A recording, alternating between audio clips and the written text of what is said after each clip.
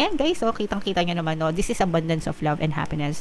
Yes, may betrayal, yes, may negative circumstances, pero nangingibabaw pa rin yung pagmamahal nyo sa isa't isa. Actually, may trust issues na kayo sa kanila, no. Syempre, kung ginawan kayo ng hindi maganda, talagang magkakaroon kayo ng trust issues sa kanila, mga kapiksi. Pero despite ng trust issues, nandun yung willingness to forgive and willingness to accept as well. At saka, nakikita natin dito na over the moon itong person nyo, mga kapiksi, siguro dahil nga sa halo-halo actually, no, mix.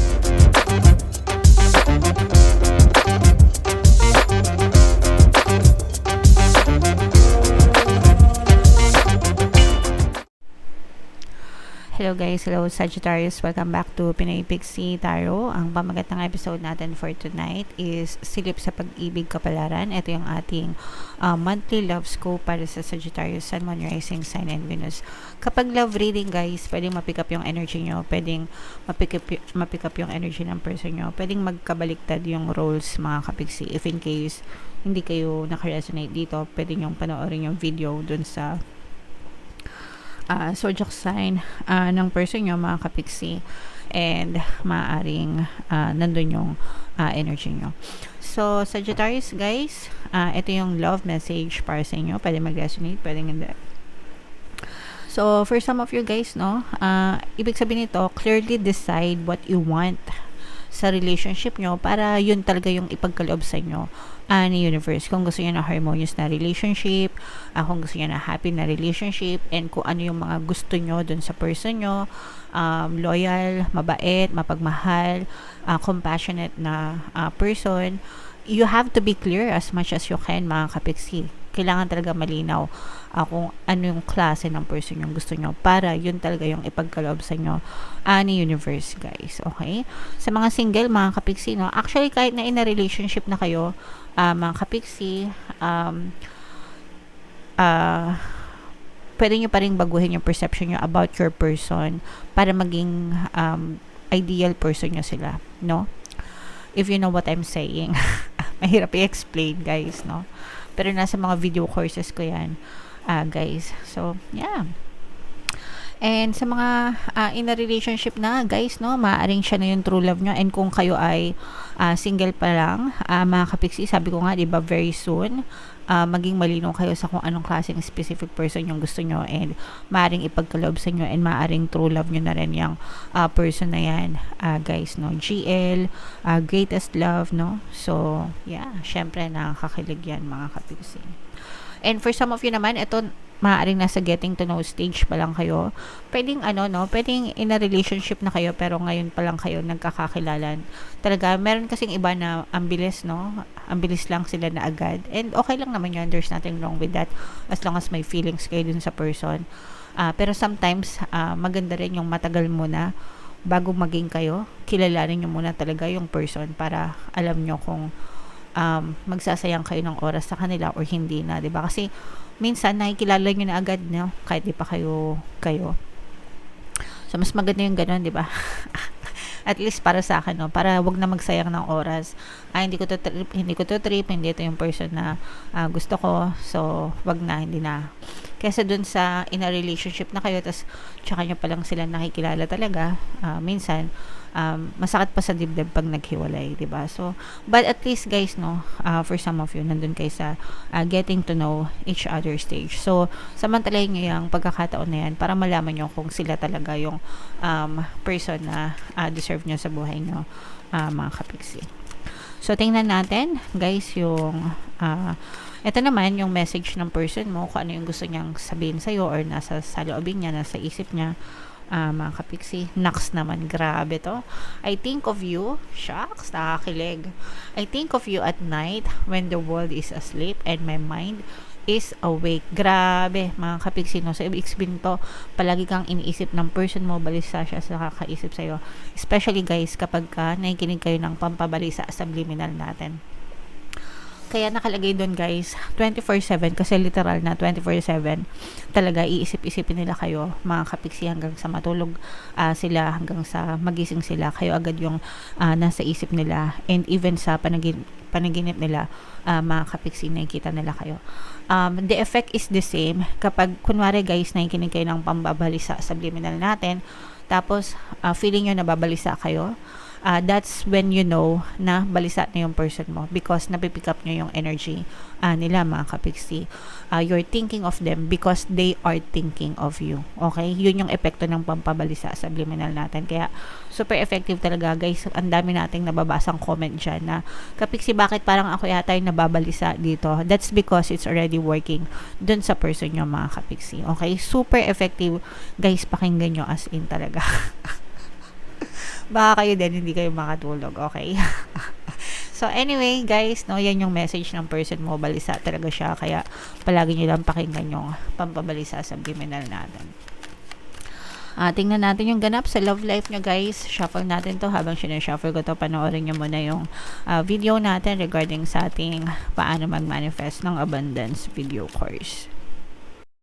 Kapiksi, sawa ka na ba sa mga struggles at hirap sa buhay mo? Masipag ka ba at masikap sa buhay ngunit hindi ka pa rin umaasenso? Ilang beses ka na bang nag-attempt magnegosyo at mag-invest pero palagi ka pa rin nalulugi? Sa pagkakataon na ito ay maaaring may subconscious beliefs ka na nagiging balakid sa iyong pag-unlad at pagyaman. Introducing, paano mag-manifest ng abundance video course. Dito ay matututunan mong ma-overcome ang mga balakid mo para tuluyan ka ng umunlad, umasenso, sumagana, maging matagumpay, successful at maswerte sa iyong kabuhayan, pera, trabaho, negosyo sa lapi at kaperahan ng bonggang-bongga. Dali, mag-send na ng email sa pinoypixitaro@gmail.com at simulan na ang iyong pagyaman ngayon. Alright, so sa lahat ng gusto mag-avail ng course guys, yung ating promo for January, magbibigay tayo ng 10% discount until January 31, kaya mag-avail na kayo. And yung ating course, another course, paano mawala ang third party at magkaroon ng harmonious na relationship para mawala yung mga kabit ng mga jowa nyo guys. 10% discount din yan until January 31. So Sagittarius guys, kayo ay na-represent ng King of Wands. Ito yung ating love energy. So ito na guys, lumabas yung balisa. Ayan, no, hindi makatulog mga kapiksi. I think of you at night when the world is asleep and my mind is awake. Pero meron kasamang negative energy ito mga kapiksi, kaya balisa yung person mo. Meron kasing betrayal na naganap dito sa relationship nyo or nagaganap mga kapiksi. And it's either siya yung nag-betray or ikaw yung nag-betray sa kanya. Again guys, pagdating sa love reading, roles can be reversed. Pero usually guys, sa mga na-experience ko sa mga nanonood ng tarot reading, sila talaga yung nabe-betray, kaya nga sila nanonood ng tarot reading kasi they feel so lost. So baka sila yung nag-betray sa inyo mga kapiksi, pero sila yung nag-betray guys, pero sila din yung balisa dun sa mga nagawa nila sa inyo. So dahil probably nakukonsensya itong person mo dahil dun sa betrayal na naganap dun sa relationship mga kapiksi. Okay? So isa yun sa mga reasons kung bakit hindi sila makatulog ng maayos.